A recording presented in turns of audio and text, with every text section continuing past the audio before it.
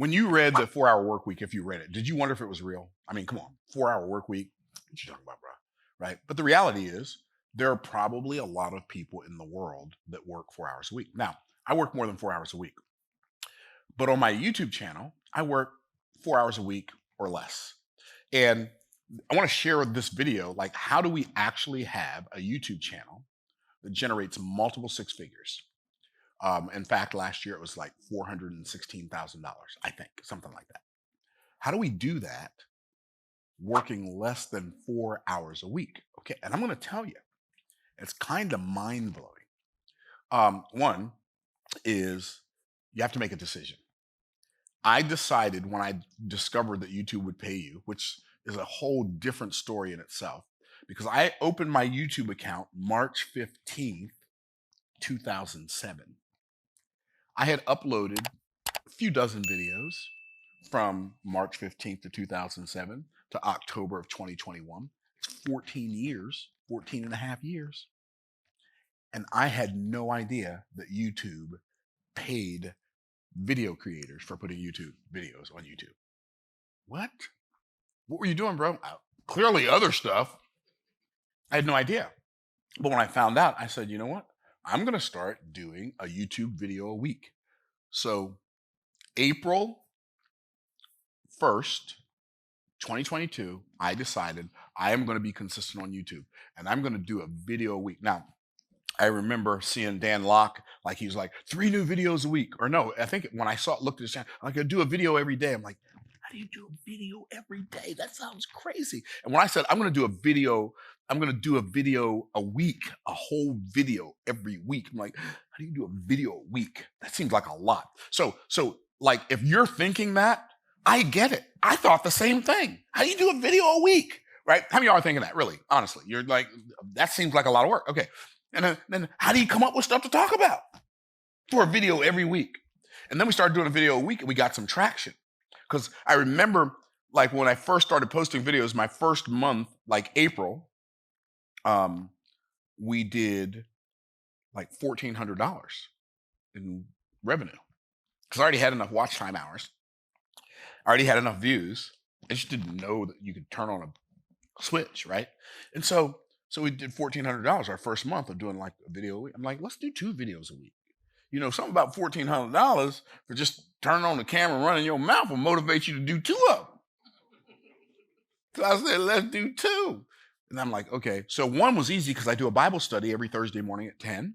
So I'm like, we'll just record the Bible study. That's easy. So that's one way, because I'm going to do that anyway. I'd been doing that. I had already been doing that for 9 years at the time. I started in 2013. So turn on a camera, that's easy. And I had already been recording it, but I was putting it on Facebook in a Facebook group. I'm like, let's put it on YouTube. Okay, cool. So then I said, okay, well, let's do a Bible study video on Thursday, but let's do a business video. Cool. I said, well, 2's working really well, because the second month we went from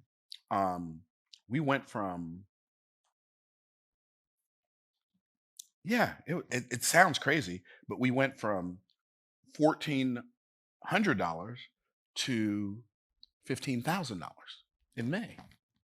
I'm like, what in the world is this thing? I was shocked. Now, but I'm gonna keep on doing it. I said, well, what if we do 3 videos a week? Right? I know you're thinking, so greedy. Right? No, it was just working. It was fun. It was fun to watch. Like, what's gonna happen next, right? So we started doing 3, and then the next month we went from 15,000 to 27,000. Went from 27,000 to 44,000. I'm like, this is insane. This is a thing. Like, would anybody else be shocked by that, or is it just me? Like, I was blown away. And then we found out that 3 videos a week on the schedule we were on were a little too much. So we were doing 1 on Monday, 1 on Wednesday, 1 on Friday. Then we changed it to Thursday, 1 on Monday, 1 on Thursday, 1 on Friday. Thursday and Friday were too close. Now we do 1 on Monday, 1 on Thursday, 1 on Sunday. It works perfectly for long form videos. And then we release a short every week. I mean, a short every other day when we're not releasing a long form video. So we do a long form video on Thursday that's live. We do release a long form video on Sunday.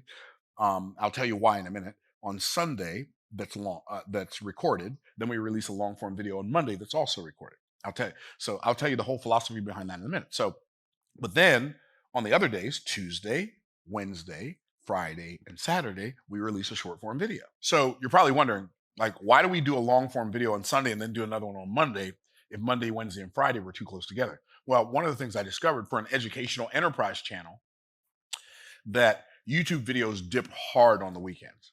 We might be cruising along at 150,000 views every 48 hours during the week. And then come Saturday, it goes down to like 118. And by Sunday, it's down to like sun up Sunday morning, it might be down to 98,000 views every 48 hours. I know that all sounds like a lot, but we've had as many as 300,000 views in 48 hours. So to just give you a frame of reference. So the views dip on the weekend. If we release a long form video on Sunday, our long form videos attract more viewers than shorts. So, and the retention is longer. So we get a boost on Sunday that gives us some momentum going into Monday. And then the Monday video usually goes even farther. So that's why we don't release. That's why we release a short on Saturday, but a long form video on Sunday, and another long form video the day after that. That's why we do that. So all of the content that we create for our channel, we do it on Thursday mornings between 9 a.m. and 11, and on Friday mornings between 9 a.m. and 11. And we have people in the audience right now who are here when we do that. So that's all I do. Like, I'm not here on Mondays unless I have office hours. I'm almost never here on Tuesdays. I'm almost never here on Wednesdays. So I'm literally coming in here in the morning on Thursday and Friday, and we're shooting all of this content that you see across all our platforms.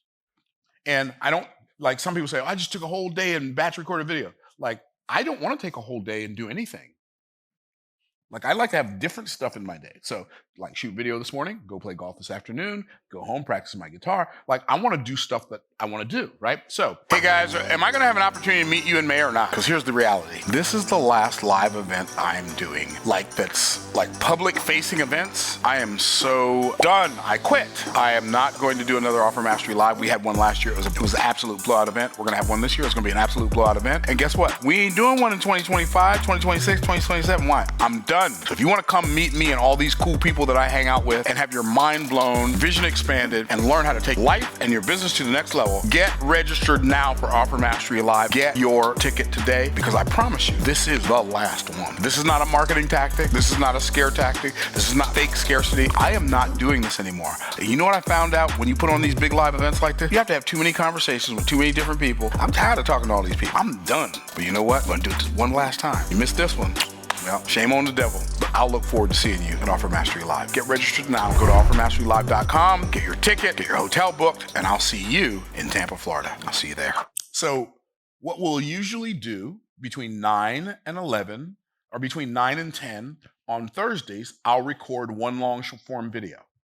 And then I'll do Bible study that's live. So now I've got a video in the bank that I can use for Monday or Tuesday. Then Friday, we will do a long form video, or maybe 2 long form videos, and then do a whole bunch of shorts. So now we got videos for the rest of the next week. But we like to what we do is we get so far ahead that, like, if I want to go on vacation, I can go on vacation. I don't have to worry about being here. We have Bible study videos in what we call our video bank, and we have business videos in our video bank, and they're all recorded. Like, every one of them is recorded on Thursday morning between 9 a.m. and 11, or 9 and 10, and then we go live at 10, or they're recorded on Friday from 9 a.m. to 11 a.m. All of the videos that we shoot. Now, I'm going to tell you some of the secret sauce that helps me. This may not help you. It'll help you if you're like me. So for me, recording a video in front of a camera with nobody to talk to is very, very hard. It feels very, very awkward. It feels forced. It feels contrived. I lose concentration because I can't look in people's faces and see if they're picking up what I'm putting down. So I like to communicate to people so I can get feedback energy. That's my jam. Now, some people, I've got friends who are like, I don't want to look at anybody's face when I don't like webinars for the very same reason, because I can't see anybody's face. So I don't like webinars. Some people love webinars because they don't have to look at people's faces and all the weird stuff people do that they do on a Zoom call, because people do some weird stuff on a Zoom call. Let me tell you. There's some crazy Zoomers out there, and they start Zooming stuff you don't ever want to see. But for me, when I first started, I would invite people on Zoom, so I got people to look at. So I didn't have to have a studio. I could do this in a spare bedroom in my house. I could have a monitor in front of me. I could see people's faces on Zoom, and I could record YouTube videos. So it doesn't, like, I have this big elaborate studio now, but I didn't start with this. This is the culmination of things. This is what's developed over time. I started out making YouTube videos on my iPhone. Get some little clamp-on lights from Home Depot and let's go, right? See, most people want to get it perfect so they can get started. I want to get it started so I can eventually get it closer to perfect. And so that's what our 4-hour work week looks like. So for our 4-hour YouTube work week looks like. So for me, and some people say, well, when do you script your content? So there's another difference. So if you're going to script content, it's going to take you a little longer than it takes me. I don't script content because I'm not a good reader. So if I were reading a script, everybody would know it. They'll say, why are you such a bad reader? Right? Like, I'm just telling you, I don't read. I'm a very slow reader. I have a lot of regression, a lot of fixation, a lot of lack of concentration. I read a lot. I'm just not good at it. So reading a script would never work for me for creating a video. So what I do is I learn my content so that I know it. I go out into the world and I do it. And I come back, it's easier for me to talk about because I don't need a script because my life experience is the script. So that's how I do it. Okay. So, and then we hyper focus on thumbnails and titles and thumbnail titles. We hyper focus on those and we shoot our videos. Now, here's the other part of the thing though. If it's just you, you're not going to have a YouTube work week that's 4 hours. There are a couple of things you have to have if you're going to have a 4-hour work week and build a YouTube channel that does 6 figures. You're going to need some automation and or some delegation. If you're the talent and you're doing the YouTube video, you're recording the YouTube video, you're teaching the content, you're performing the content, whatever it is, if it's an entertainment channel, and you're shooting the video, and you're editing the video, and you're uploading the video, well, that's a 40-hour work week right there. But I've got a 4-hour work week because I have automation. There's some stuff that technology does, but I also have delegation. I have people on my team who shoot videos. We've got people who shoot the long forms. We got people who shoot the short forms. We have 2 different people who edit one person edits the long form, one person edits the short form. Somebody else does the social media post. Somebody else creates the captions. So somebody schedules it. We have all of these different people working together. So here's what's cool though. Somebody like, I can't afford to hire a team. Okay, that's if you can't afford to hire a team if you think about it like that. So would y'all like for me to share with you like how to hire a team when you can't afford to hire a team? Yes. Okay. You hire one person at a time to do the thing that you are terrible at and that you hate to do, so that you're not wasting energy and bandwidth and time doing something that you can never be efficient at. You hire them for one day. You pay them well for that one day. Maybe you hire them for one day for 3 hours. And let's say you pay them $20 an hour. That's $60. 60, and they work for you for every week for 3 hours, and it's $60 a week. You can afford $60 a week. Do you see what I'm saying? You don't have to hire somebody full-time out of the gate or a whole bunch of people full-time out of the gate. Find the one person that you can hire that can do the thing that you hate to do and you're not good at. Well, fortunately for me, there's a lot of stuff that I hate to do and I'm not good at. And I'd rather pay people to do it. Like my daughter got me a pillow for the couch in my office, and it says, my favorite thing to make for dinner is a reservation. Right? Why?